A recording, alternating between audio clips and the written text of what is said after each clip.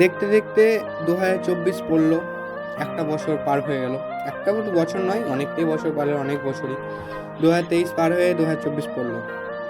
কোথায় সেই 1 জানুয়ারি, আর আজকে জানুয়ারি সেই 19-20 তারিখ। জানুয়ারি মাস প্রায় শেষ হতে চললো। 2024 পড়ার সময় অনেকেই বলেছিল যে 2024 পড়লে সেইভাবে শুরু করব, সেইভাবে পড়াশোনা শুরু করব। আসলে কি সেই প্রতিজ্ঞাগুলো কি সত্যি পূরণ হচ্ছে এখন?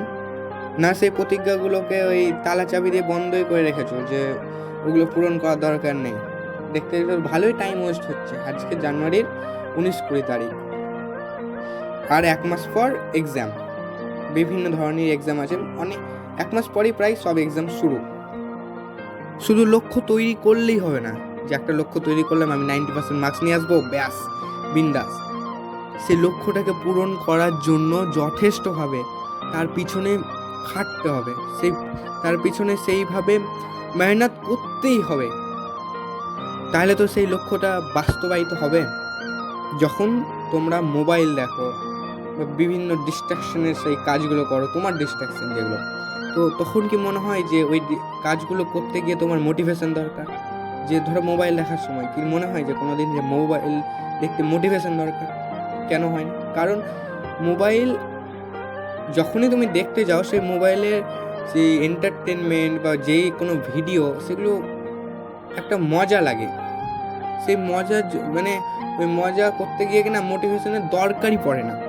তো সেই রকমভাবে তোমরা পড়াশোনার প্রতি মজা নিয়ে আসো, যে সেই রেজাল্টের দিন কি হবে, সেই রেজাল্ট বেরোবে, ধরো তুমি 90% পেয়ে গেলে, সেই টাইমটা কি হবে সেটা কল্পনা করতে শিখো।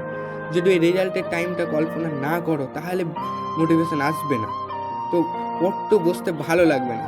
তো সেই রেজাল্টের কল্পনা করো, রেজাল্টের দিন কি হবে, তাহলে দেখবে অটোমেটিক পড়াশোনায় মনোযোগ বসবে। তখন পড়াশোনাটা করতে ইচ্ছা করবে সেই দিনটার জন্য, যে হ্যাঁ এই দিনটা আমাকে বাস্তবায়িত করতে হবে, এই দিনটা একদিন আমার জীবনে আসবে। তো এই দিনটার জন্য পড়াশোনাটা করো, দেখো পড়তে ভালো লাগবে। যাদের পড়াশোনা করতে ইচ্ছা করছে না, বই নিয়ে বসেই আছো সারাক্ষণ, পড়তে ভালো লাগছে না, তাদেরকে বলবো যদি পড়াশোনা না করতে ইচ্ছা করো, পড়াশোনা ছেড়ে দাও। পড়াশোনা না করেও অনেক সাকসেসফুল হয়েছে। তো যদি ভালো না লাগে এখন তো পড়াশোনা ছেড়ে দাও। বেকার নিজের বাবার টাকা ওয়েস্ট করে লাভটা কি? যে পড়াশোনা করবো না, শুধু পড়াশোনার পিছনে টাকা ওয়েস্ট করেই যাব। পড়াশোনা তো করছো না, বেকার টাকা ওয়েস্ট করে লাভটা কি? একদম পড়াশোনা ছেড়ে দাও।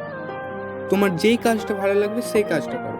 আর যদি তোমার দেখছো যে পড়াশোনার প্রতি একটা ভালো লাগা আছে, যে হ্যাঁ পড়াশোনা করেই আমাকে সাকসেসফুল হতে হবে, তাহলে বলবো যে এখন এই টাইমটা পড়াশোনার জন্য ভাইটাল টাইম, রেজাল্টের জন্য ভাইটাল টাইম। তো এই টাইমটা পড়াশোনা করো।